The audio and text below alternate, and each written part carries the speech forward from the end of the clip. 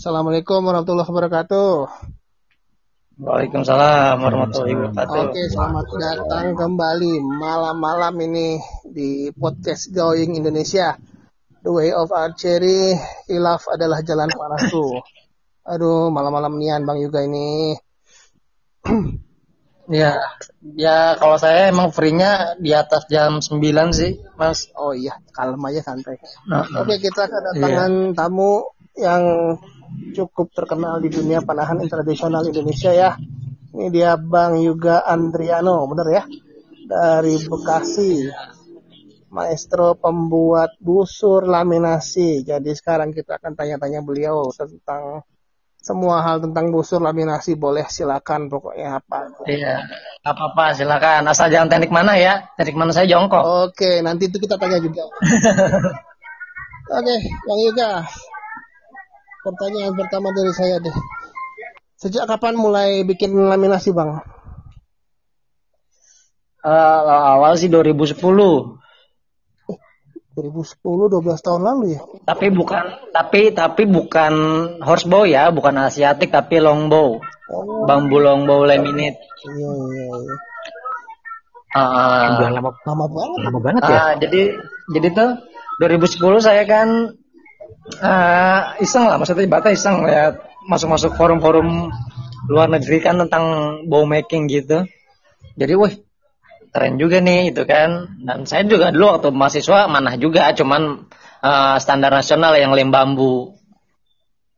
Tuh waktu kuliah tuh.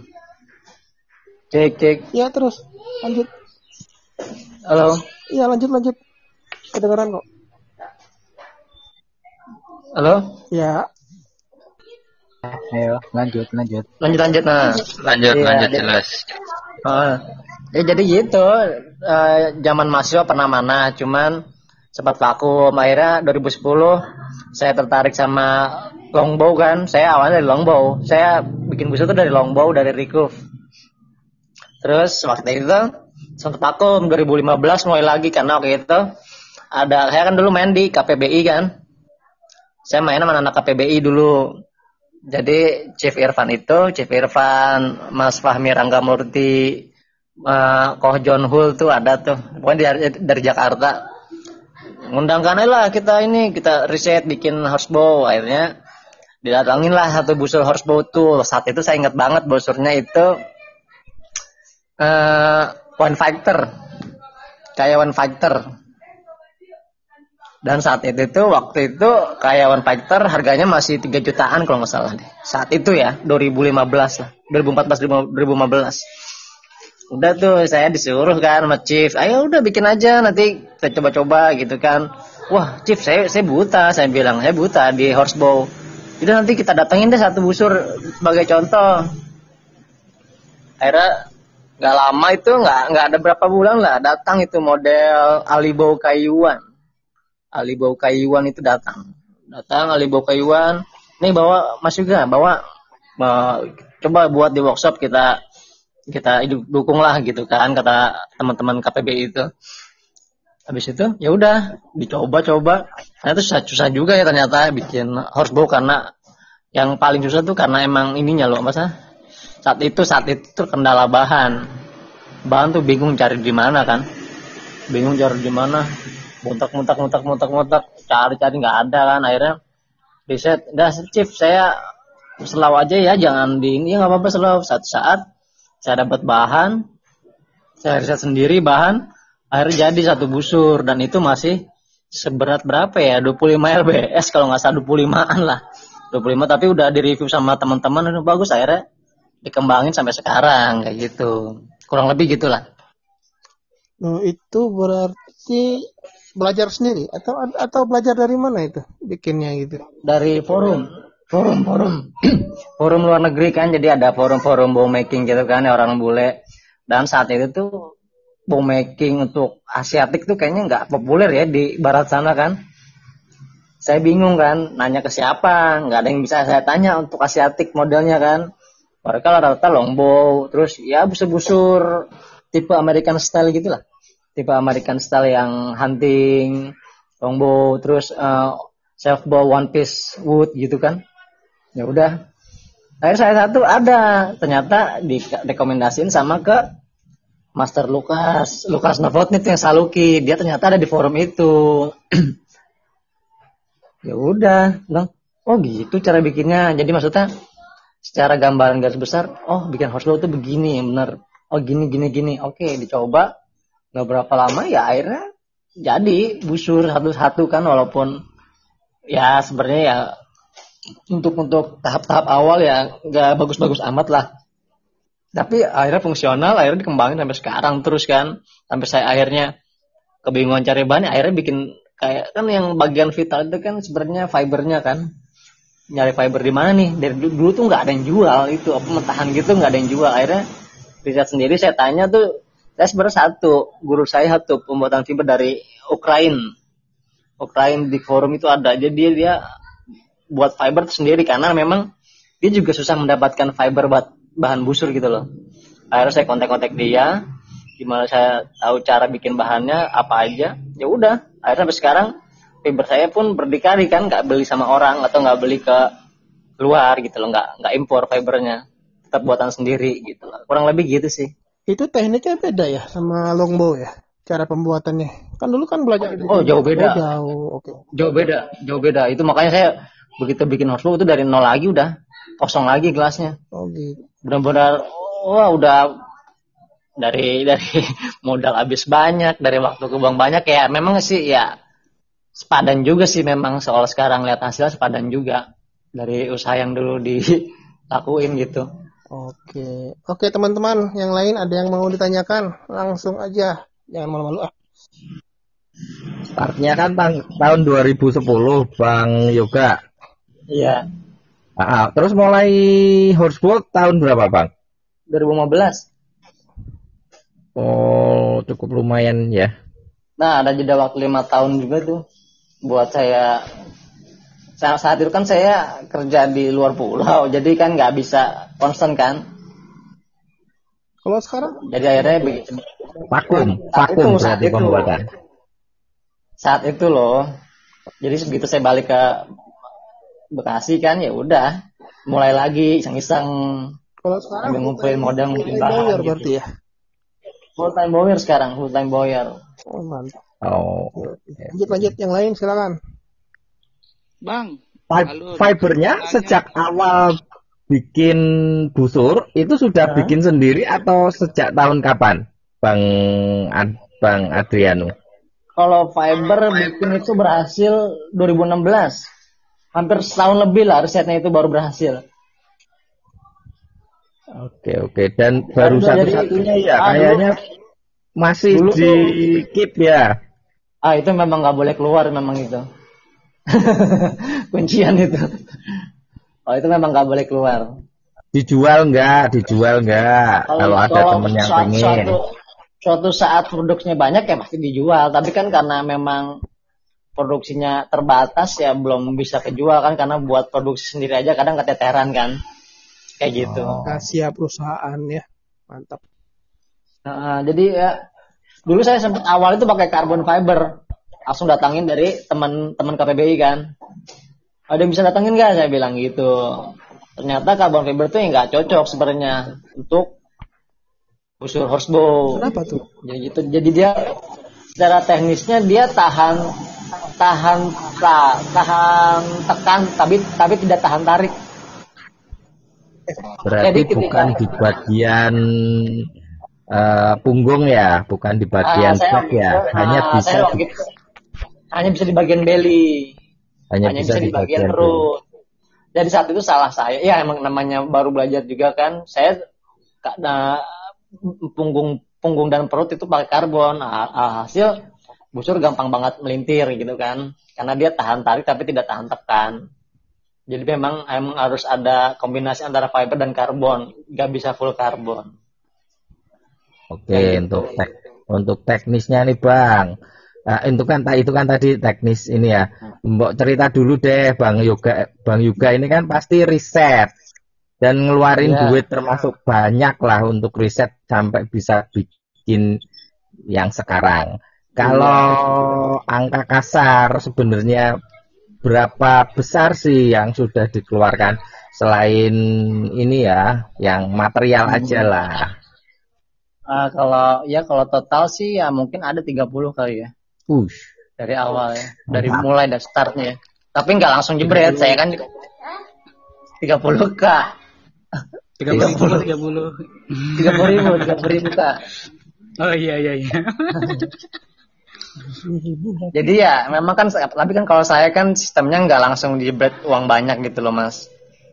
Saya nyicil maksudnya. Riset pelan-pelan gitu ya. Ya betul. Jadi nggak, kalau saya langsung jebret segitu juga berat juga kan, tabungan gitu kan.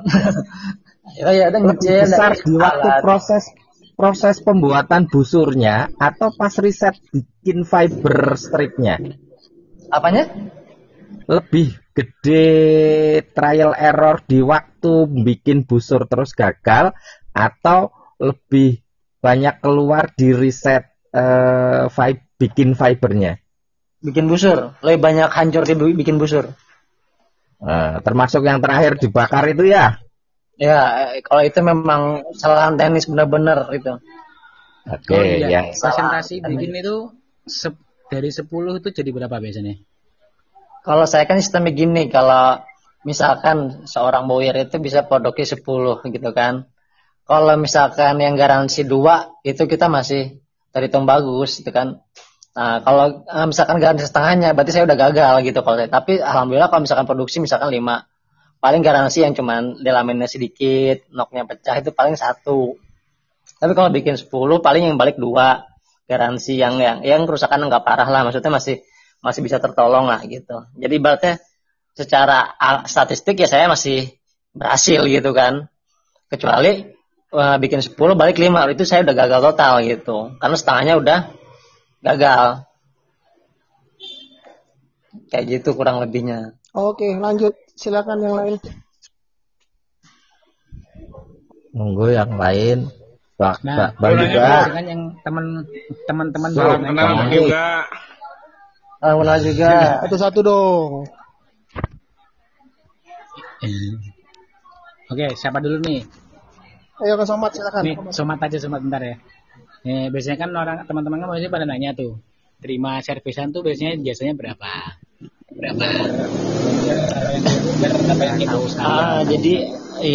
Jadi kalau servisan itu ada ininya ya, maksudnya ada syaratnya, maksudnya kalau busur udah kayak maksudnya udah kerusakan udah benar-benar terlalu parah gitu, pecah core, pecah fiber, patah daya di 2, itu saya nolak. Tapi kalau untuk kerusakan yang nggak terlalu parah lah, maksudnya sekitar 70% di busur itu biasanya masih bisa. Sekitar misalkan knocknya copot, bocel, terus dilaminasi sedikit, handle kebuka sedikit, itu insya Allah masih bisa diselamatkan. Ya biayanya sih sebenarnya nggak mahal lah, 200 sampai 300 kalau saya, kalau untuk kerusakan seperti itu. Kalau busur twist bisa dibenerin nggak? Twist bisa, asal twistnya pemakaian, bukan twist dari pabrik. Nah, jadi itu gini kan tuh si aku kirim ya. Jadi gini Mas. Ya pri aja tapi. Jadi gini Mas. Bentar ya. Jadi gini loh. Dulu itu ada distributor busur kan. Distributor busur datang ke Indonesia itu kan dalam jumlah banyak kan. Nah, itu begitu ini banyak yang twist dari pabrik. Jadi si distributor beralasan ini twist karena pengiriman. Tapi kalau saya lihat ini nggak pengiriman. Ini udah nggak, dari sananya udah nggak center gitu kan. Akhirnya tetap dipaksakan kan, ya udah gitu kan. Memang kalau dari sana memang udah susah dibenerin. Kalau twist dari pabrik itu udah susah untuk diservis. Tapi kalau untuk kita kayak pemakaian gitu kan, pemakaian sehari-hari ternyata kepanasan, terus dia twist atau rilisnya kurang baik, terus unstringnya kurang baik, terus masang stringnya juga kurang sesuai, biasanya twistnya tambah. Kalau twist seperti itu masih bisa diperbaiki biasanya, kayak gitu. Sip lah, nanti dijapri lah pokoknya.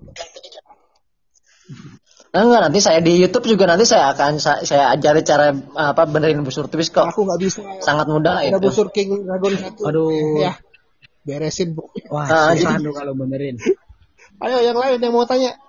Itu ada pertanyaan tuh di chatting. Bang Yuga, saya punya Bang Yuga. Saya juga, Kesik Alibo. saya punya busur kesik Halibo. Tinggal kirim aja. Deal. Eliminasi. Oh ya, jadi gini nih kalau Aja itu. iya jadi ada beberapa busur yang memang konstruksinya memang relantis, Mas. Ada beberapa gitu kan. Jadi biasanya busur panjang itu kalau siahnya nggak pendek itu mudah terus, tapi kalau kayak produsen Alibo atau Mariner dia bikin busur panjang, siahnya dipanjangin juga, dipanjangin ke arah limbs, ke arah handle gitu loh. Nah itu biasanya meminimalisir twist kalau kayak gitu. Tapi kalau ada orang yang buat busur panjang tapi siahnya segede uprit gitu kan, udah itu deh. Itu udah biasanya gampang banget twist kayak gitu. Ayo Bang Angking, tadi itu mau nanya tuh. Bang Yuga, salam kenal Bang Yuga. Deh, ini orang Bekasi. Loh, Tampol. Hai. busur lo ada di posisi mana dibandingkan busur impor? Waduh, kalau itu gue nggak bisa jawab ya, karena kan gue maker. Gue akan bilang busur gue bagus semua lah gitu dong. Gue harus nunggu orang-orang review lah, orang-orang menilai dong. Nggak bisa gue secara subjektif gue nilai gitu. Nah, maksudnya ya, lo berani artinya kita berani gak untuk bersaing dengan busur-busur impor yang ada di Indonesia aja? Yang bertebaran di Indonesia. Berani insya Allah. Berani ya? Berani. Jadi Nah, gini ya tadi kan ada kalau pertanyaan. apa sok Kenapa? lanjut. Enggak lanjut. Iya, kan fenomena busur impor kan terlalu ini banget ya, terlalu banyak banget ya, masif banget. Sementara busur-busur lokal tahu sendiri yang laminasi paling 1-2 sampai berapa lah yang beredar itu pun rasanya jauh gitu loh. Nah, itu kira-kira apa sih masalahnya? Apa masalah apanya nih? Jauh dia dalam artian apa nih? Ya, yang beredar kan beredar nih. Apakah boyer laminasi itu waktu produksinya yang lama atau apa kendalanya gitu kan? Kalau secara kualitas kan kita banyak berani nih diadu nih. Iya, kualitas. Nah, jauhnya dari quantity berarti kuantitas. Yes. Ya memang sih ya, kalau kuantitas kita masih kalah ya kalau untuk dibandingin sekelas-kelas pabrikan gede di luar sana kan. Karena kan memang sistemnya kalau busur laminasi itu sebenarnya kalau menurut gue itu nggak bisa dijadiin industri di Indonesia, itu nggak bisa. Kenapa nggak bisa? Gini loh, kita bikin busur itu kan by passion gitu loh. By passion, nggak bisa kita tujuan lu, orientasi lu duit gitu, nggak bisa. Kalau bikin busur laminasi itu kan apalagi tipe tradisional ya, maksudnya dalam arti gue memberikan pandangan gue aja gitu kan. Gue nggak terserah di luar mereka mau seperti apa gitu, gue pribadi aja kan. Gue bilang jadi gue pernah ceritakan ke Bang Angking, Bang, kalau industri itu seperti ini loh kalau busur kan. Kita ada tahap-tahapnya, ada ini produksi ini kira-kira kita bakal konstan gak nih kayak gitu kan kualitasnya. Quantity mah gampang lah. Kalau quantity kan memang gampang, tapi apakah bisa konsisten gitu nggak kualitasnya gitu kan.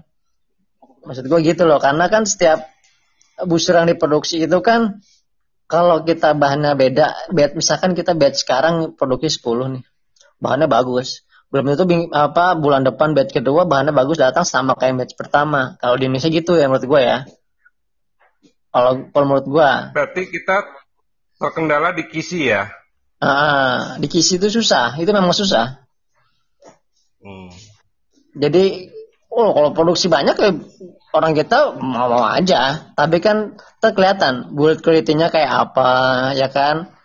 Hasil busurnya seperti apa, feel drawing experience-nya kayak gimana.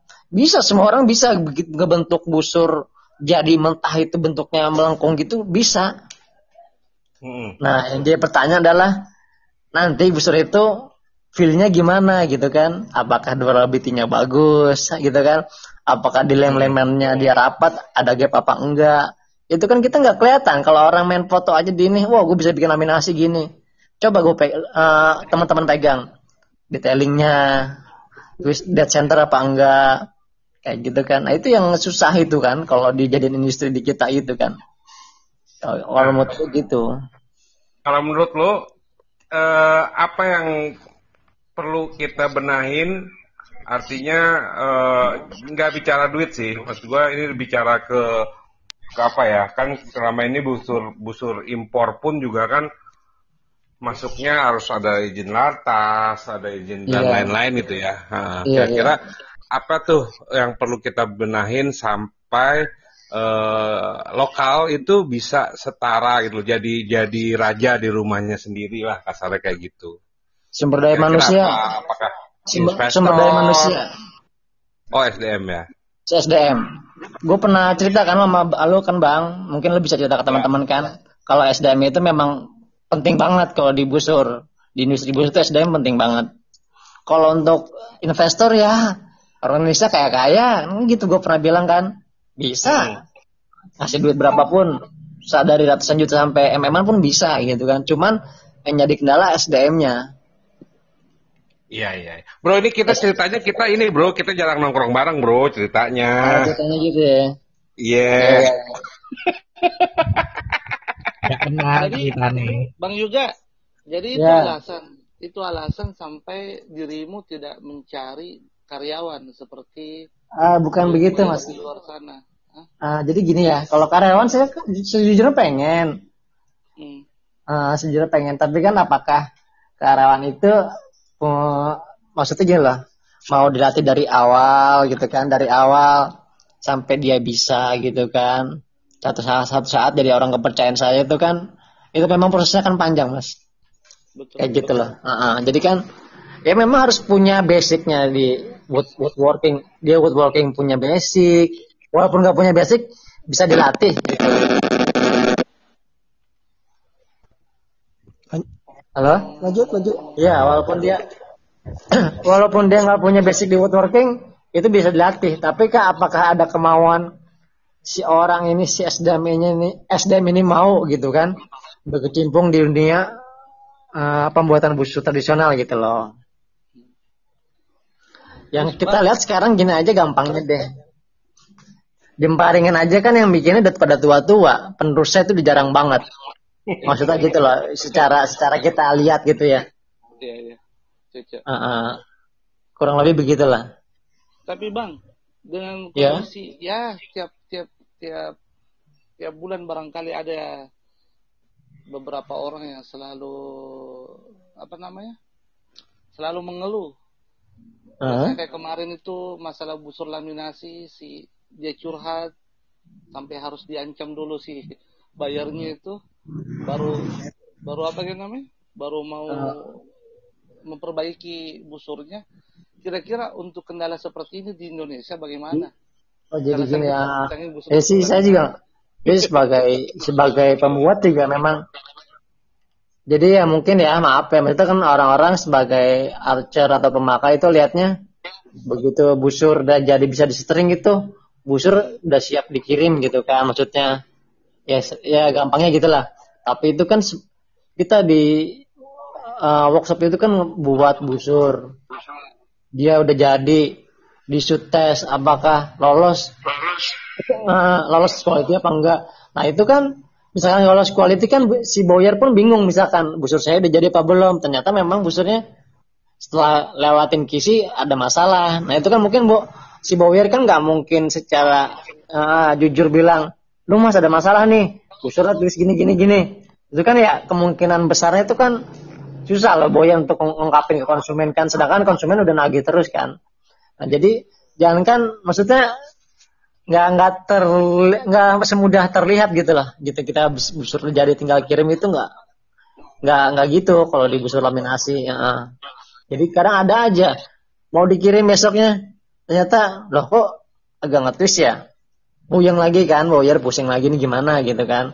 Berarti kan ada waktu yang diundur gitu kan, kita mulur ngirim apalagi harus sampai bikin baru, itu udah bikin pusing banget dah.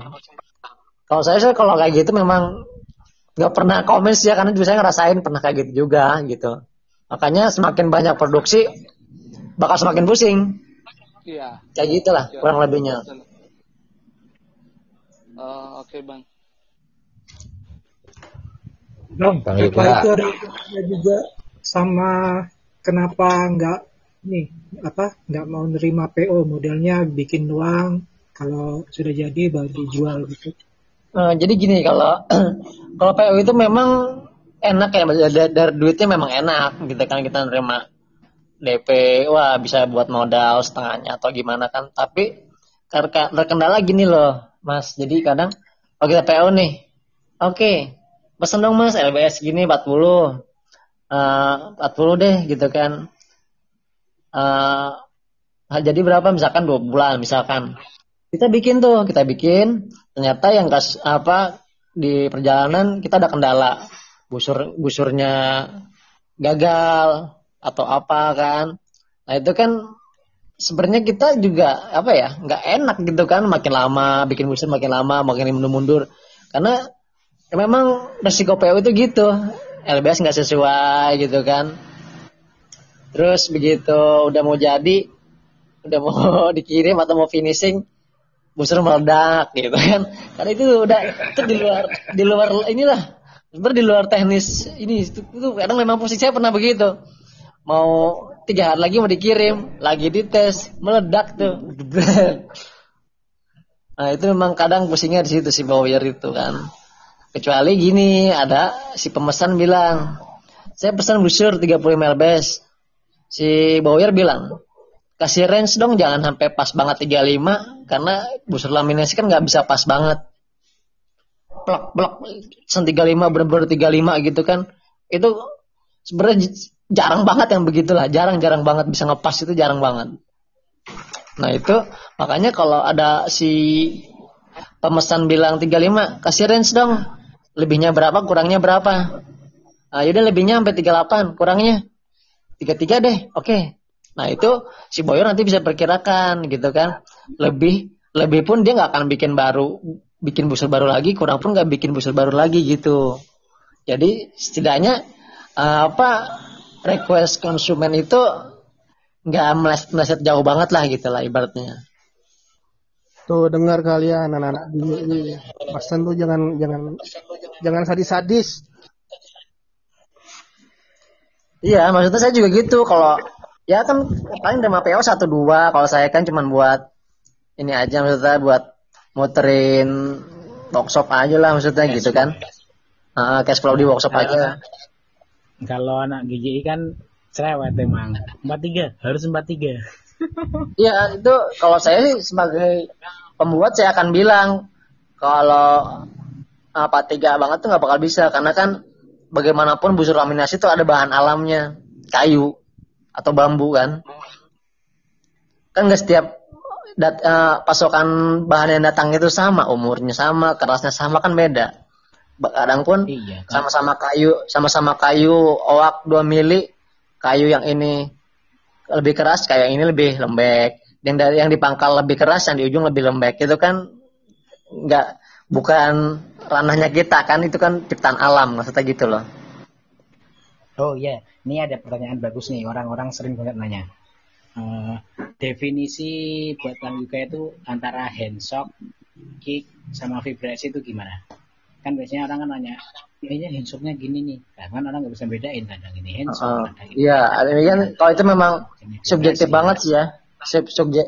Handshock itu subjektif banget sebenarnya sih memang, tapi ya kalau kurang lebihnya, kalau saya itu karena udah beberapa nyoba busur sendiri, nyoba busur orang, itu kan saya lebih kerasa vibrasi daripada handshock. Kalau handshock paling mungkin saya bisa rasain cuman di pangkal jempol aja, telapak tangan. Tapi kalau vibrasi itu saya bilang kalau busur saya vibrasi, saya bilang ke yang ada vibrasinya 3-4 detik. gila gitu. Karena memang itu nggak bisa dibohongin gitu kan. Kalau handshock kan karena subjektif, tapi kalau vibrasi kalau menurut saya itu bisa dirasakan karena sudah selesai rilis nembaknya, udah selesai shoot baru kerasa. Kalau handshock kan berbarengan dengan saat nembak kan gitu. Itu ada pertanyaan yang kelewat itu. Saya punya busur Kesik Alibo, delaminasi di lim sedikit di bawah handle, sisi sebelah kiri saja. Apakah masih bisa diperbaiki gitu? Kalau sebelum pecah fiber atau pecah bambunya biasanya masih bisa. Kang Suryo, kirim aja lah. Iya, asalkan itu fibernya nggak pecah, bambunya nggak pecah. Jadi gini, kalau orang servis itu busur rusak nih, semua busur bisa diservis. Ini jadi pertanyaan, setelah diservis fungsional enggak gitu, udah. Oke, Bang Yuga, pernah ngirim ke luar negeri? Iya. Kalau kirim ke luar negeri sih banyakan busur-busur hunting ya. Kalau horsebow baru 2. Nggak ada niatan ngasih ke Armin gitu buat di review? Pengen, cuma saat ini masih repot. Saya kan memang ada niatan ke situ, cuma sekarang masih repot, di dalam negeri juga masih belum kepegang lah ibaratnya gitu. Saya kalau misalkan ngirim keluar ya memang harus bener-bener bagus banget gitu, harus udah ngeliatin beberapa kisi gitu kan, kayak gitu, biar nggak malu-maluin lah ibaratnya gitu. Bang, kalau busur Alibau, busur Korea itu kan di LBS tertentu kan dia tidak ngasih garansi gitu ya. Artinya kalau bikin busur laminasi berat dengan tidak mengasih garansi tapi siap servis, itu lu bersedia gak kira-kira? Bisa, boleh. Tapi gitu ya gitu. Berarti maksudnya nggak garansi baru tapi garansi servis gitu lah. Ibaratnya kayak kita beli TV, ada garansi servis tapi nggak garansi baru gitu loh. Oh, berarti bisa ya? Berarti kemungkinan lu bakalan produksi berat lah ya? Bisa. Gini aja sih, maksudnya Buyer itu pasti bisa bikin busur-busur berat kok. Yakin deh. Semua Buyer itu bisa bikin busur-busur berat. Kendalanya? Kendalanya itu kalau laminasi itu kan memang gitu. Busur berat itu kan pertama ngabisin banyak bahan, otomatis lebih mahal. Gitu kan, otomatis lebih mahal. Terus eksperimennya itu kan misalkan minta 70, bisa saja kurang gitu lah biasanya. Jauh misalkan cuma dapat 60 atau berapa. Itu kan kita ini lagi maksudnya trial and error lagi gitu kan untuk kedepannya supaya dapetin LBS yang dia minta. Kayak gitu sih maksudnya. Nah, kalau laminasi 350.000 itu mungkin nggak? Apa? Laminasi 350.000 mungkin nggak? Laminasi 350.000, kalau menurut saya emang nggak kepikiran ke situ deh. Nggak bakal dijual 350.000. Itu cuman apa ya? Namanya itu strategi marketing lah. Strategi marketing biar orang-orang yang buyer lain pada keluar kandang lah, terus komen gini. Kalau dari saya sih nggak mungkin, karena gini aja hitung-hitungannya, bahan aja berapa, itu dia misalkan dia impor langsung dari Cina pun, fibernya misalkan impor dari Cina pun dia berapa, itu nggak ketutup 350.000, belum biaya man hour-nya berapa, ya kan, dijual misalkan 350.000. Terus misalkan misalkan produksi 100 yang balik 70, itu belum ruginya dihitung situ kan. Kayak gitulah maksudnya. Kalau menurut saya sih nggak mungkin, karena itu cuma strategi marketing aja buat mancing orang supaya penasaran aja sih. Itu mah udah memang begitu niatnya memang. Oke. Bang juga. Ya. Tadi kan cerita permasalahannya kayaknya SDM nih yang dilaminasi yang utama. Iya. Dan sempat kemarin kan kayaknya agak rame, maksudnya nek bisa, saya nggak tahu, kayaknya ditujukan ke Bang Yoga, jangan terlalu banyak diajarin, takutnya kan supply and demand nanti kalau membanjir busur jadi murah gitu. Iya. Sebenarnya kalau dari Bang Yoga sendiri, Bang Yoga kan sering ngajarin orang gitu ya, memungkinkan nggak ceritanya nanti seperti busur UFG sekarang? Ini Indonesia kan kayaknya sementara ini jadi sentra banyak lah produk dari Indonesia karo UFG. Kalau laminasi ini gimana, Bang? Untuk maksudnya saya sih umpamanya seperti si FG bending. Iya.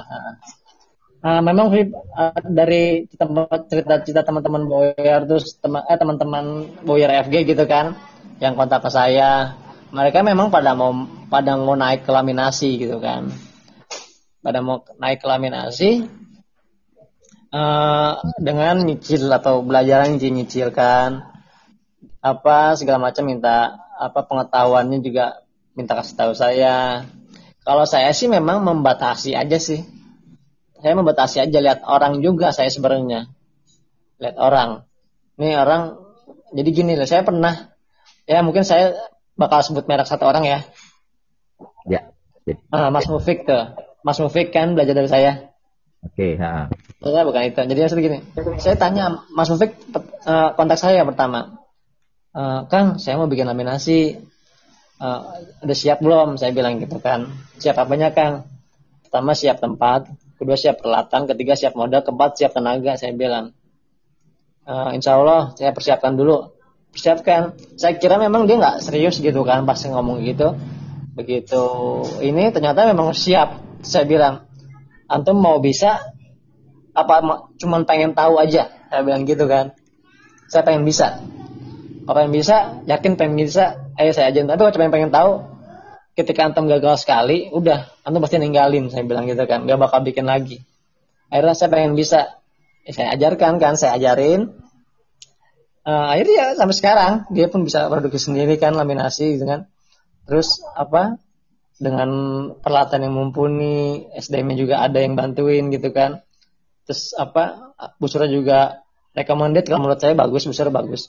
Jadi gitu, saya dulu banyak yang belajar gitu kan. Mungkin banyak yang produsen-produsen dulu tuh belajar ya cuman sebatas pengen tahu gitu loh. Bukan pengen nggak bisa. Lanjut berarti ya. Banyak juga ya muridnya yang diajari tapi nggak lanjut gitu. Makanya saya setelah itu ya udah, saya kan nggak akan ngajarin orangnya kayak gitu. Saya nggak mau, saya selalu pahit dari awal. Mau bisa apa cuma pengen tahu aja. Kalau cuma pengen tahu aja, ya udah lihat aja YouTube saya. Tapi kalau pengen bisa, harus persiapan dari awal. Pertama ini siap modal, siap peralatan, siap tempat, siap rugi. Saya bilang gitu. Ya mereka udah nothing tulus, kalau yang benar-benar tekadnya kuat ya berhasil. Kayak gitu maksud saya loh. Jadi memang banyak banget lah dulu yang itu. Sampai produsen busur standar aja yang ini kan belajar di sini. Bikin lin aja dulu di sini 3 hari latihan di sini ya sampai sekarang. Tapi kan sekarang udah meredup kan pamornya meredup ya, karena mereka mungkin cuman pengennya itu dikejar dari kuantitinya aja tapi nggak lihat dari kualitasnya, kayak gitulah. Sementara 3 hari itu bisa dikatakan seperti magang. Bisa dikatakan sebenarnya kalau dia punya basic tentang bikin panah, busur laminasi itu bisa lah ya, bisa dikuasai, paling nggak basicnya. Bisa. Untuk dasarnya aja bisa. Sisanya ya trial and error. Trial and error tetap masih ya. Iya tetap. Itu memang nggak bisa instan sih, benar nggak bisa instan. Saya makanya salut sama produksi laminasi yang udah bagus banget itu, udah mereka udah nothing tulus gitu kan, udah.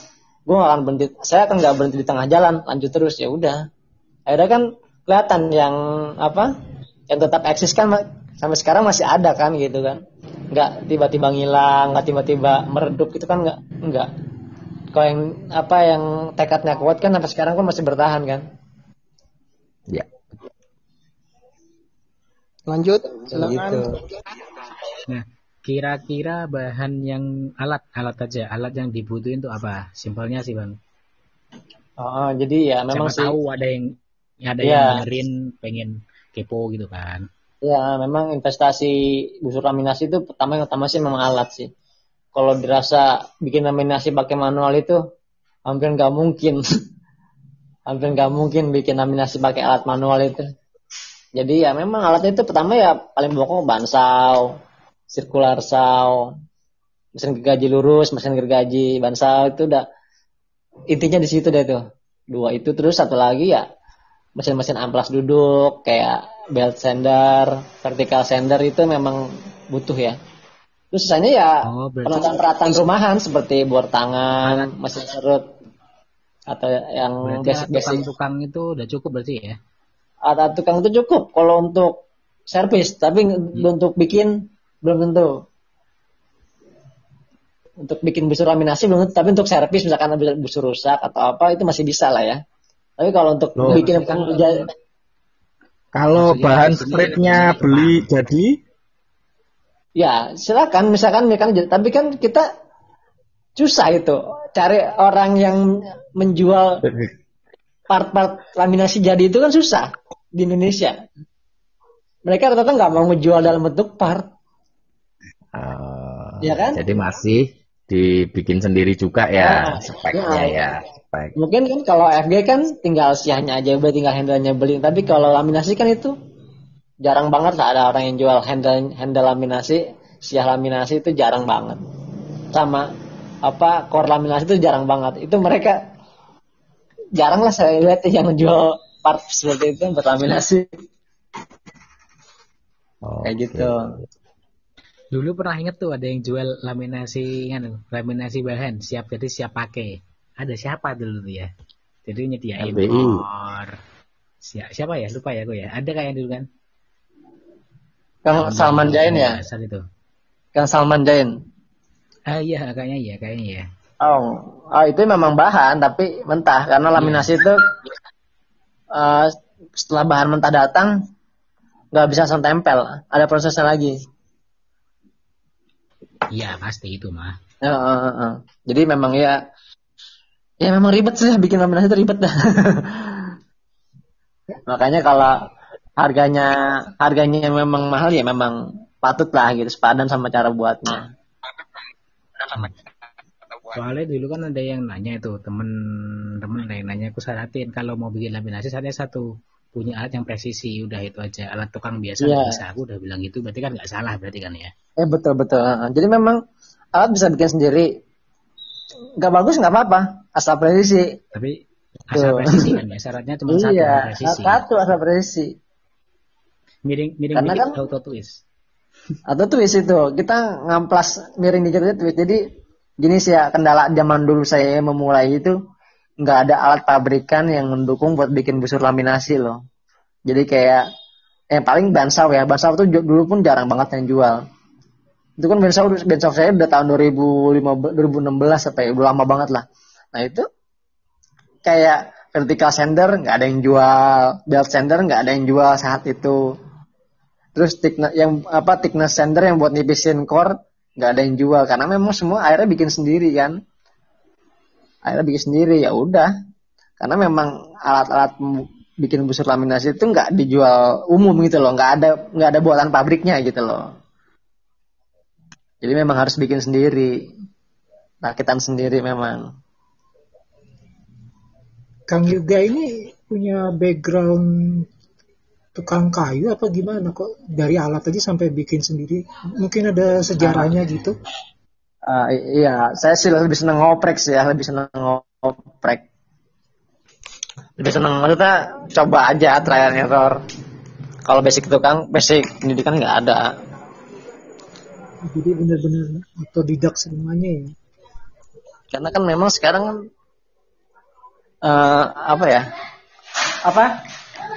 belum. Halo. Ya, lanjut.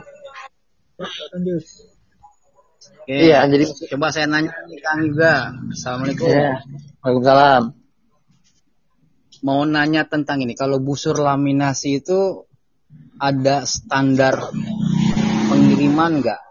Contohnya kalau kelamaan di dalam box dia itu akan lem-lemnya itu akan berubah kalau di dalam boxnya terlalu lama gitu. Bisa Ada Kang, betul. standar pengiriman. Betul.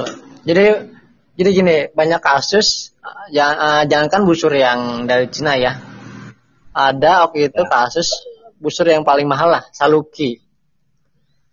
Datang ke Indonesia itu dalam kondisi twist karena lama di perjalanan kan dari Amerika ke Indonesia. Ini gimana?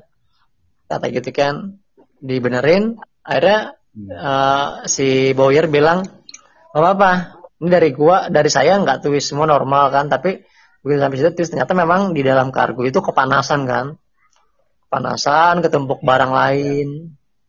Nah itu pas bisa twist, bisa delaminasi. Jika misalnya memang salah satu kelemahan laminasi itu nggak tahan panas memang. Saya akuin udah nggak bisa tahan panas sudah. Dia takut panas sudah. Kayak barangnya kehimpit atau kebanting itu bisa kemungkinan besar ya, ada ya? Oh itu bisa banget. Dulu sampai ada yang datang sini dalam kondisi retak fibernya.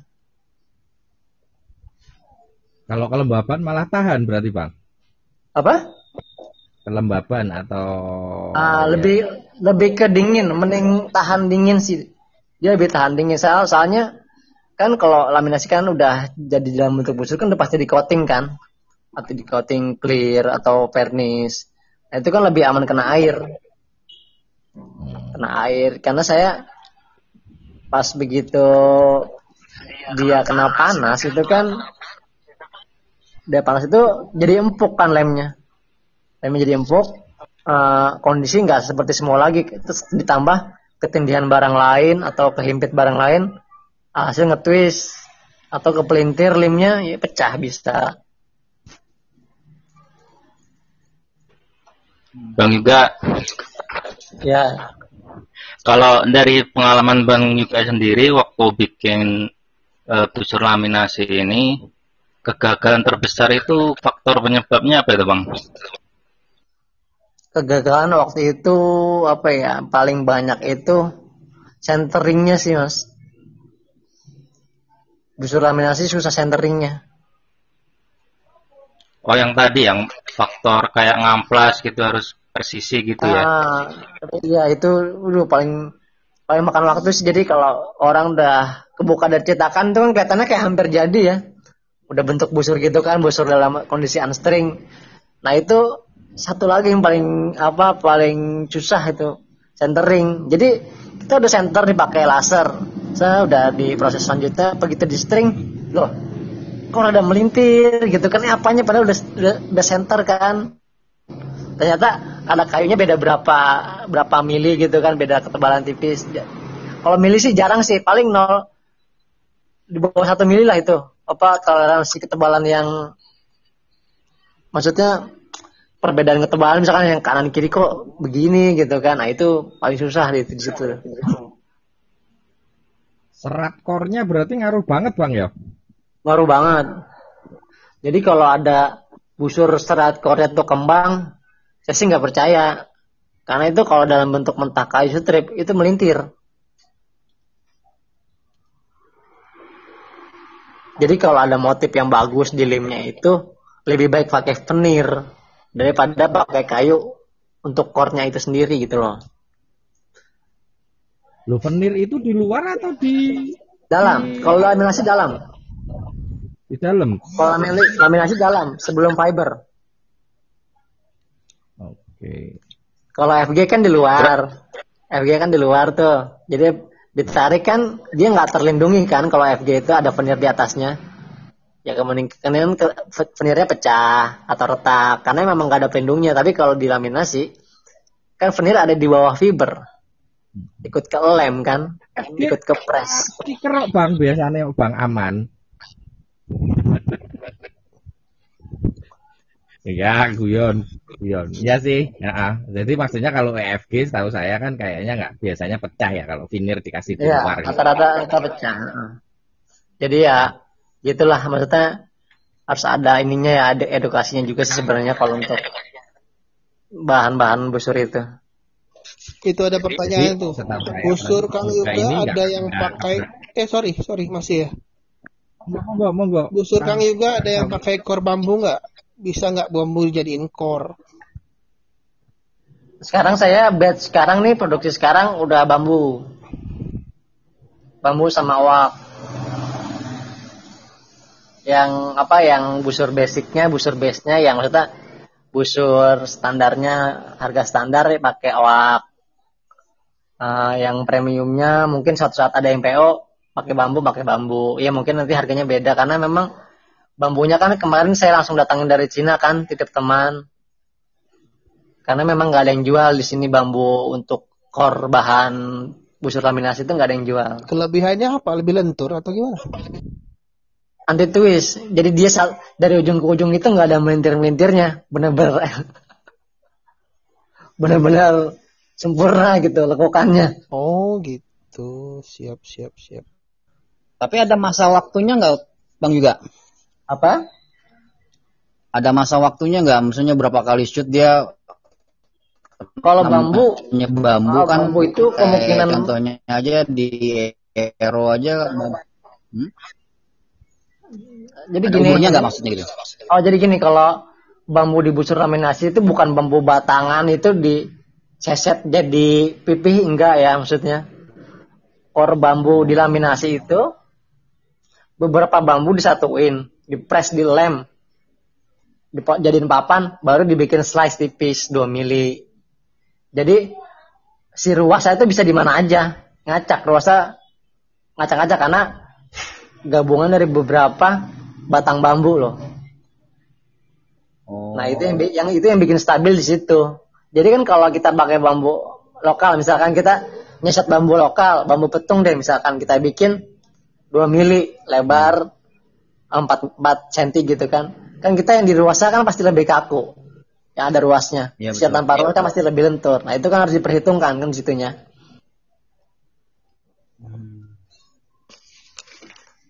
Bang Yuga, kalau perawatan laminasi gimana Bang yang bagus?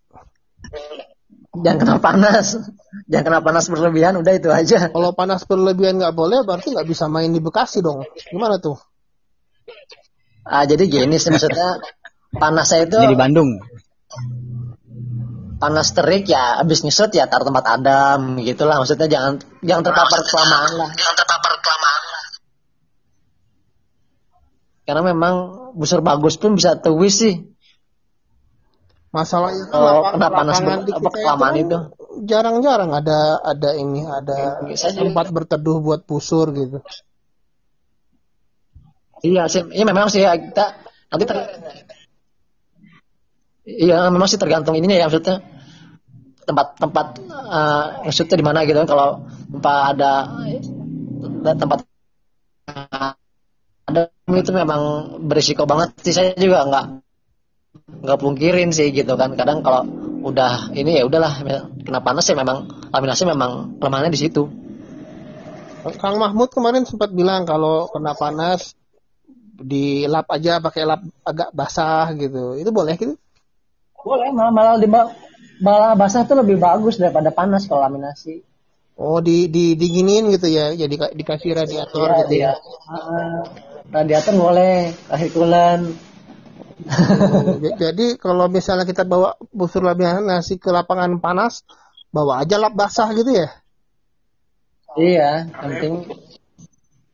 yang penting ya itulah, jangan panas berlebih. Biasanya tuh kalau lem udah dipegang udah agak panas tuh udah sebenarnya ya memang riskan sih memang.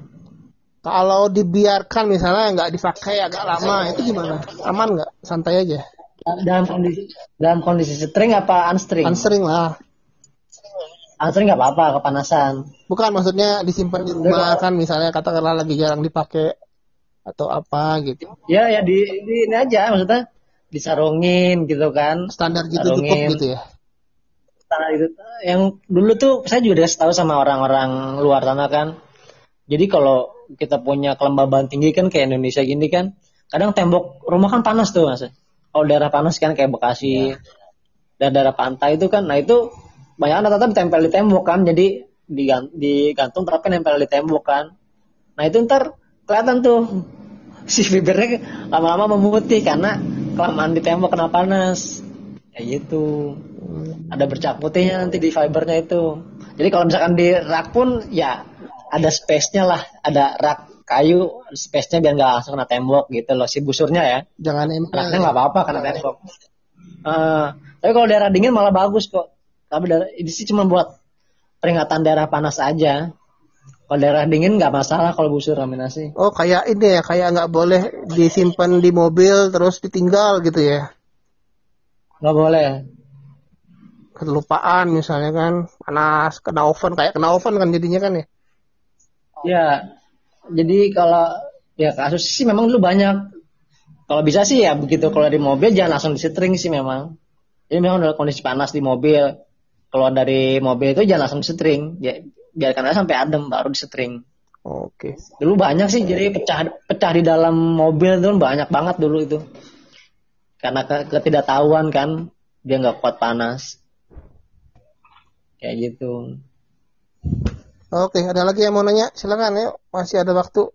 Panjang busur laminasi Bang.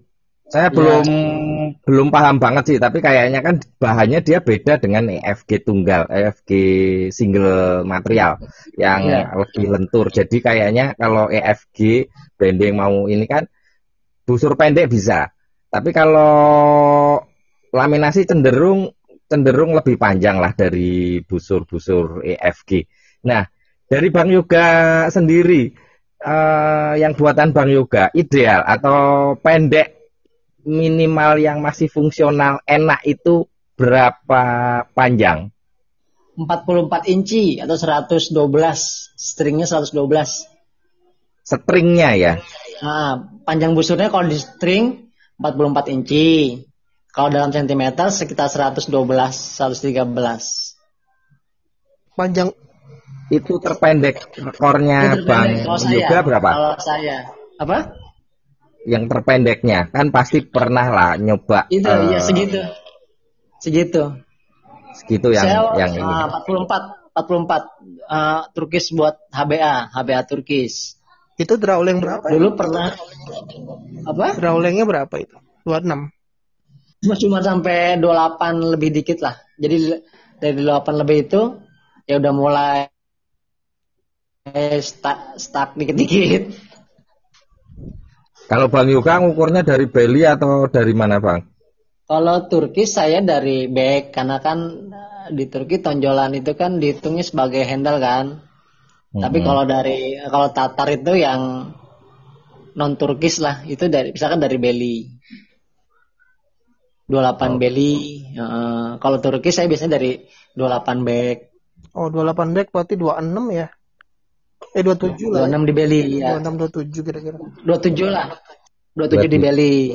26 setengah 27. Ada yang pengen beli kan, kalau bisa tarikan panjang kayaknya itu Bang Yoga. Kalau panjang ya pasti busurnya panjang juga kalau laminasi. Jadi ya gini maksudnya. Kayak misalkan busur Korea kan kenapa dia pendek tapi bisa tarik panjang. Laminasi kan?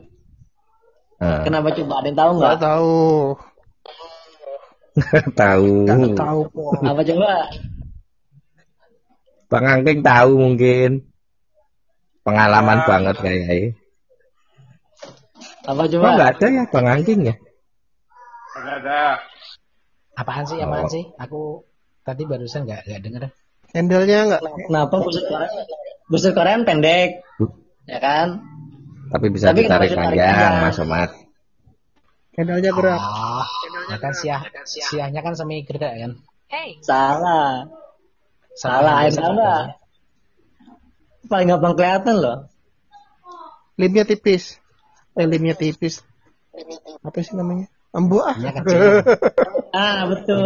Limnya kecil. Betul. Limnya kecil. Lebarnya kecil soalnya.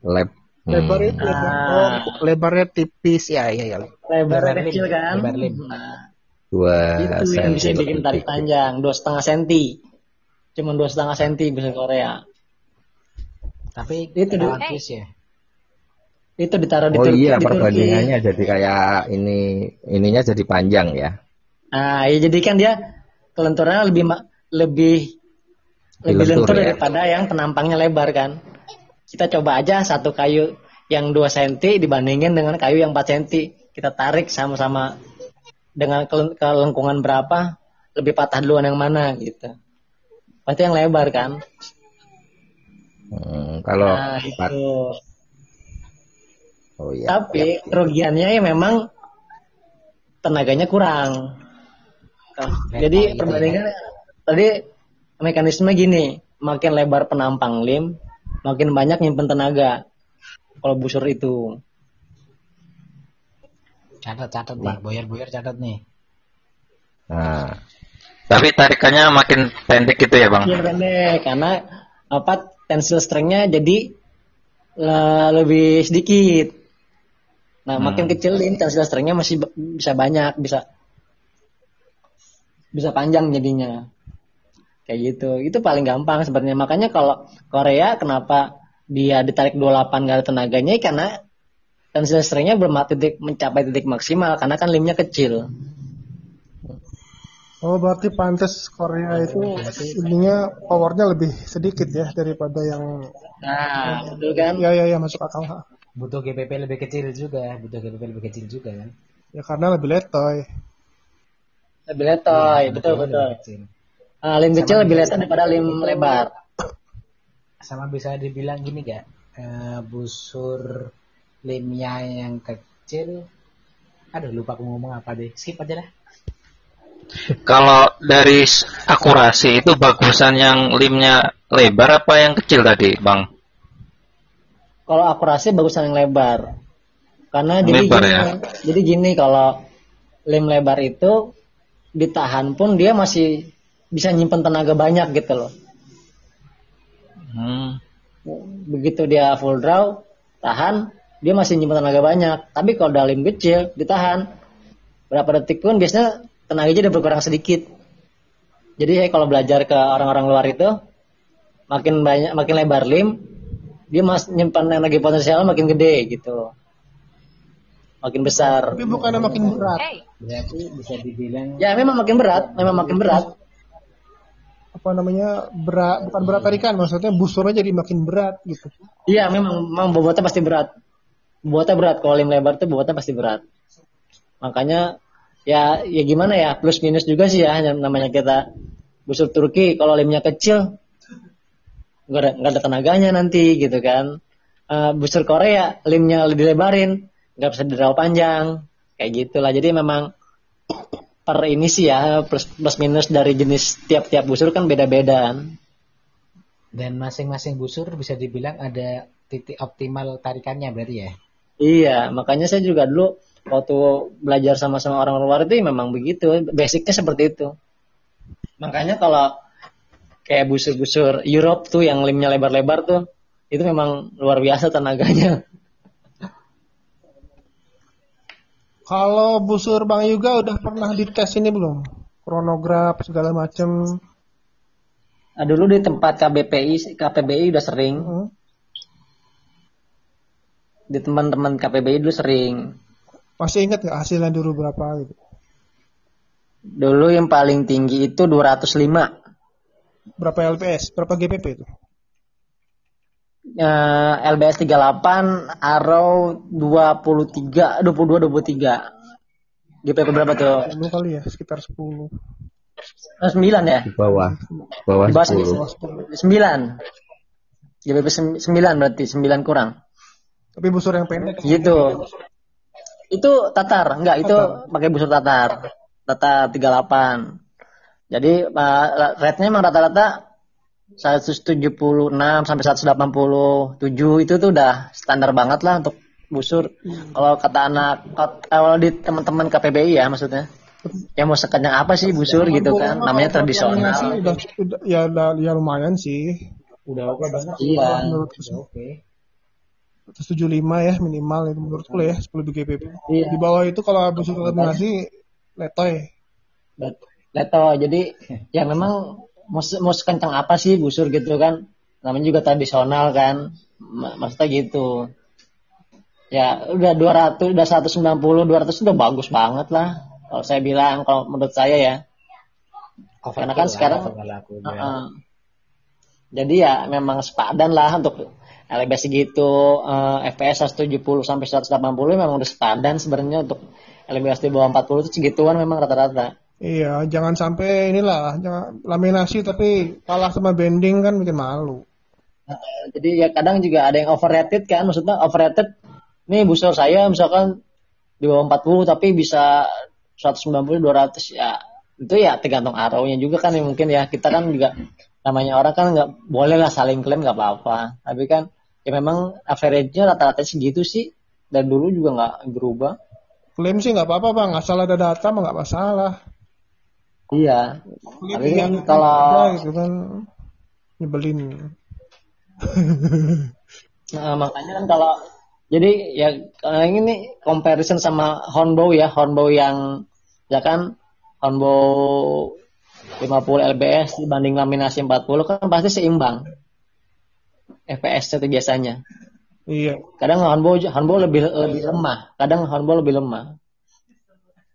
Kenapa lebih lemah? Dia limnya berat, energinya kemakan ke bobot lim. Makanya kalau laminasi itu satu harus ringan busurnya, harus ringan itu dah. Makin dengan busur, insya Allah dijamin deh maksudnya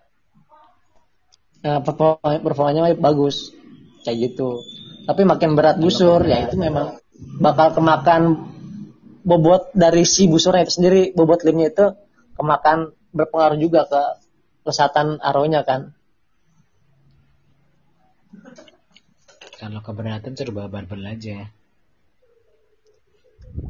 Makanya gitu kalau ada busur ini ya bobotnya dulu ditimbang. Kalau bobotnya besar berat ya kemungkinan besar busur itu memang lesatannya kurang. Oke Bang Yoga, ini pertanyaan dari aku tapi di luar soal laminasi nih. Pandangan Bang Yoga tentang panahan tradisional sekarang, secara umum aja lah. Kalau pandangan sih ya memang jadi kayak makin ribet kalau menurut saya sih ya. Ribut terus. Jadi ribut terus gimana ya? Bingung juga saya dulu awal-awal berkecimpung di situ kan ya maksudnya biasa aja gitu loh, maksudnya nggak ada mempermasalahkan soal apa ya teknik atau ya, apa ribut. Gitu kan. Jadi maksudnya ya udah rame bang. Bukan ya iya memang sih, cuman kan kayaknya ya apa kekanak-kanakan banget gitu loh maksudnya ya lah dikit-dikit ribut emang apa yang ributin sih, dapat duit kagak, ribut doang gitu kan. Iya maksudnya bisa ribut soal transfer bank loh. Iya makanya maksud saya gini loh, ya udah sih ya maksudnya ya ini yang ini si A sih udah, maksudnya jangan sampai apa ya ribet lah sekarang tuh, beda harga busur 100-200 ribu aja sampai ribut, sampai di blow up di sosmed. Aduh kayak nggak ini aja loh, kayak apa ya maksudnya ya elah nggak level banget sih ngeributin hal yang begitu gitu kan. Kayak kemarin nggak penting memang sebenarnya nggak penting ngeributin hal kayak busur 350 gimana sih maksudnya mau diributin, apa yang mau diributin sih, ben aja ya kan. Toh nanti suatu saat juga kan pasar yang menilai si produk si A bagus atau produk si B bagus apa enggak, kan pasar yang menilai gitu kan. Wah penganut pasar bebas ini, setuju. Iya maksudnya ya enggak, maksudnya sih kalau saya sih gini ya, maksudnya kadang orang kan wah ini nggak boleh nih harga segini, nggak boleh ya elah gitu kan. Dia belum tahu semua busur juga. Bang, dia belum tahu busur Hornbow bikinan gua. Semua juga ada barang, ada rupa. Iya. Ya kalau gini maksudnya ya kalau oh iya. Apa ya kalau busur itu kan sok silakan. Jadi kayak gini kalau pendapat saya pribadi ya, busur itu kan kalau mau di bisnis kan dia bisnis passion, maksudnya bisnis jiwa gitu kan. Ya, lu bikin busur, jiwa lu ada di busur lu itu sendiri, soalnya gitu kan di situ. Kalau mau bikin produksi massal, ya silakan bikin produksi massal, gitu kan. Toh gue nggak ganggu sama produksi massal lu. Gue tetap pegang di passion gue gitu kan. Soalnya gue busur gue, ya passion gue gitu. Jadi kita ya kalau ada busur murah di luar sana ya nggak peduli saya. Toh secara finansial saya nggak keganggu gitu kan. Menurut saya pribadi gitu kan. Nggak dirugikan secara finansial juga di saya kan. Maksudnya gitu kalau saya. Makanya kalau busur mau dijadiin industri itu ya mending kayak Alibawa sekalian. Banyak-banyak sekalian. Bagus-bagus sekalian. Kirim ke seluruh dunia sekalian gitu loh. Tapi kok waktu itu ada yang nyumpahin gitu? Busur 300.000 disumpahin apalah gitu. Biarin aja. Mampus. Mampus. Takut. Sumurnya Gue itu mah. Iya maksudnya ya ini aja lah. Maksudnya ya udahlah hiburan aja buat di sosmed kan ya memang begitu memang sih ya. Didoain bangkrut ya Be. Gak mungkin ya, gak bakal mungkin busur 350.000 itu tunggu aja 1 bulan ke depan. Kalau busur itu nggak bakal nggak nongol lagi, memang nggak akan ada produk itu. Katanya Maret. Iya, yang paham. Produk 350.000 itu nggak bakal ada. Kalau yang nggak paham ya marah. Iya. Oh iya ini Bang juga. Kalau lagi bukan lagi bagus, maksudnya gini. Pembuatan busur 1 biji itu berapa lama sih yang laminasi kalau lagi lancar? Apa? Pembuatan busur laminasi 1 biji itu berapa lama? Apa? Halo? Dengar nggak? Iya. Pembuatan busur laminasi kalau satu biji itu berapa lama paling lancarnya gitu? 2 minggu paling. Paling cepat itu. Paling cepat 2 minggu. 2 minggu. Satu untuk satu ya, tapi dengan catatan kita nggak ngerjain busur yang lain ya, cuma itu doang satu. Oh, sih. Dengan catatan, misalkan ada yang order 1 busur doang gitu. Kalau ini 2 minggu selesai, 1 busur aja untuk 1 busur. Kalau busur panjang ya. Tapi kalau kita lihat ada order yang lain sampai puluhan itu pasti memang lama. Halo, dengar nggak? Halo? Dengar nggak? Ya ini soalnya pada putus-putus. Putus-putus. Halo? Iya. Halo. Ini kalau busur panjang, busur yang rada panjang buat aku lah misalnya yang 30 inci dari back, tapi yang aman gitu kan. Itu apa? Kesulitannya apa itu bikin busur yang panjang itu selain dari bahan yang lebih banyak gitu? Twist, Mas. Lebih gampang tuh. Lintir. Iya. Oh, gitu. Lebih susah centering gitu ya? Iya, centeringnya susah banget. Jadi maksudnya ketika kita string pertama kali nih, udah center kan, kita coba tuh busur beberapa rambahan, ternyata kok ada twist. Nah itu yang kadang memang masalahnya di situ tuh, yang bikin susah memang di situ. Saya juga ngakuin sih, saya juga maksudnya yang nggak sempurna banget bikin busur, tapi memang susahnya di situ kalau busur panjang. Oke deh. Kalau busur terberat yang pernah dibikin bisa nyampe berapa lbs, Bang Yuga? Saya waktu itu paling besar tuh 65 ke Turkis. 65. Fungsional. 65 itu waktu itu 65 dipegang Bang Ande ya. Depan belakang karbon. Depan belakang karbon. Ya itu. Tahan berapa lama, Bang? Itu DL-nya nyampe berapa nih, Bang? Dipakai sama Bang Ande itu sekitar 2 bulan, habis itu meledak. 2. Lumayan lah 2 bulan. Max DL-nya berapa, Bang, itu, Bang? Maksimal DL-nya. Kalau itu Turkisnya yang medium ya, maksudnya nggak pendek-pendek banget, maksudnya Turkisnya di stringnya sekitar 47 inci ya, maksudnya nggak terlalu pendek juga. Itu bisa sampai 29-30. Waktu itu sempat dibawa juga waktu ada lomba di mana ya, di Cinere itu busur itu dibawa. Banyak orang main sembarang tarik itu, busur saya itu yang paling berat itu. Nah itu makanya rusak tuh. Iya, maksudnya ya udah emang saat itu sih trial and error aja sih. Wah, ada karbon kan kita bikin. Nih Bang Ande, lu cobain. nggak usah bayar, hancurin aja sampai hancur, gue bilang. Ya udah, akhirnya benar-benar hancur. Jangan bilang gitu ke Angking ya. Jangan. Angking udah biasa. Ada pengancur busur di sini. Ya logikanya sih gini aja sih. Ya namanya busur ditarik-tarik ya pasti adalah yang hancur gitu aja. Namanya dari kaku bisa ditarik-tarik gitu kan bisa. Nggak rusak mah bohong lah, pasti ada aja yang rusak. Ya maksudnya, tapi kalau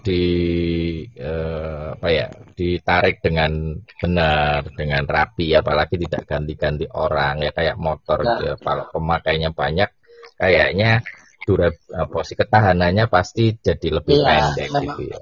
Iya, emang betul. Jadi kalau saya nih waktu itu kalau bikin busur jadi nih, busur siap. Saya bawa kan ke Archery Boys Bang Ande. Saya suruh orang pada ngetes. Udah, tesin aja. Biasanya gitu. Nah, itu maksudnya ya udah maksudnya untuk tes durability aja. Maksudnya ya udah. Kalau yang nggak lolos kisi, yang nggak usah dijual, yang lolos dijual gitu loh maksudnya.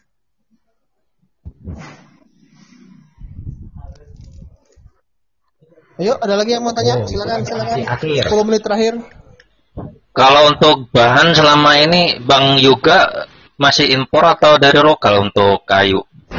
Kayu lokal 50-50 lah, setengah-setengah Mas.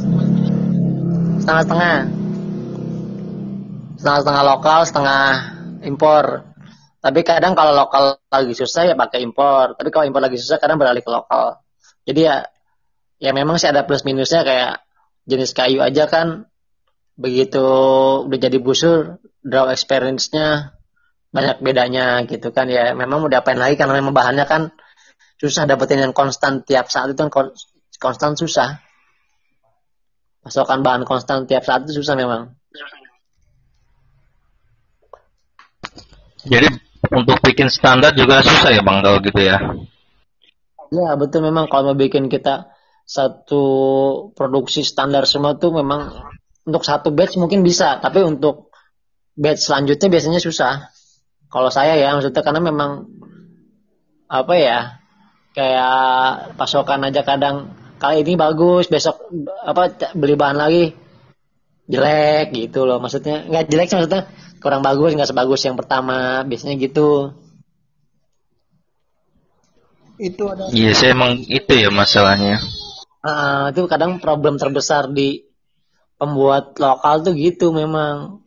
Jadi mungkin kalau dibandingkan sama ini ya, misalkan kita ambil contoh deh ya, pabrik musik gitu kan, misalkan gitar, dia kan udah puluhan tahun kayunya disimpan kan untuk diproduksi berlangsung kan, bertahun-tahun disimpan kayunya, itu kan udah pasti memenuhi standar. Nah kalau busur laminasi kan belum bisa gitu loh.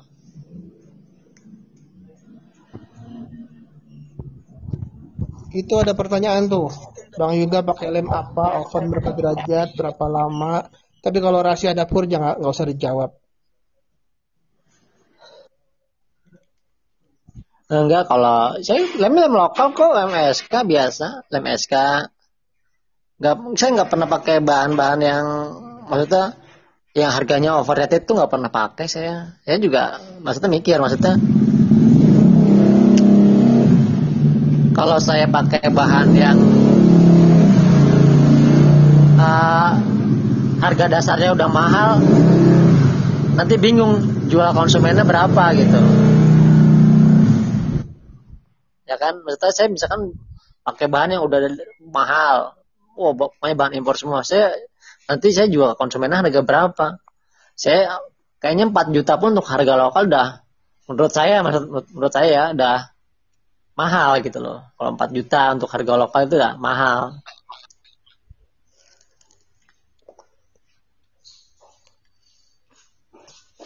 Kayak gitulah maksudnya. Ya kita kalau pasarnya dia masih Indonesia ya harga standar aja gitu kan. Kecuali nanti kita kirim keluar, nggak apa-apa mahalin sekalian kan, karena orang luar negeri itu kan apresiasi itu beda maksudnya sama maaf ya maksudnya kan kadang mereka lebih menghargai hasil karya lah kalau orang luar negeri itu ya. Berapapun harganya kalau dia suka ya tebus. Ya benar. Iya kan kalau di kita kan ya mohon maaf, maksudnya ya mungkin nggak generalisasi sih, cuman ada aja gitu kan harga segitu masih dibilang mahal, terus ada yang nawar atau apa kan, ya nggak apa-apa sih ya, namanya pembeli kan konsumen. Tapi kan kalau untuk sekelas barang-barang handmade kan memang ada harga ada rupa gitu lah, kayak gitu. Oke. Makanya kalau saya maksudnya di luar houseboat itu, kayak kalau saya jual-jual busur ini ya dimahalin sekalian aja, mendingan kalau keluar negeri. Nah itu tuh, betul nggak semakin panas oven semakin tahan panas busurnya? Enggak juga. Enggak juga Bang Suryo. Jadi kalau di oven itu kepanasan, fibernya langsung muncul bercak putih, malah fibernya gampang patah, gampang pecah fibernya. Jadi Bang Yoga pakai oven Bang ya untuk proses. Kadang saya pakai matahari aja, lebih konstan. Oke, nggak harus pakai oven ya. Nggak wajib Nggak ya. harus pakai oven, nggak wajib. Oven untuk mempercepat produksi aja sih. Kadang kalau tanpa oven pun soalnya. Jadi kalau oven itu mempercepat produksi ya, kalau ada panas konstan matahari, kita jemur 4-5 jam itu udah bisa diangkat dari molding, dari cetakan udah bisa diangkat. Tapi kalau pakai oven cuma 2 jam 3 jam udah ready diangkat gitu loh. Lebih mempersingkat waktu aja. Kalau pas musim hujan bener nggak Bang Yoga itu? Iya betul, susah. Kendala nih. Kadang kalau musim hujan itu ya gitu. Kadang kayu aja, kalau bahan-bahan core tuh nggak boleh disimpan sembarangan. Ada kena lembab dikit, kena udara dingin dikit, serat kayunya udah pada keluar.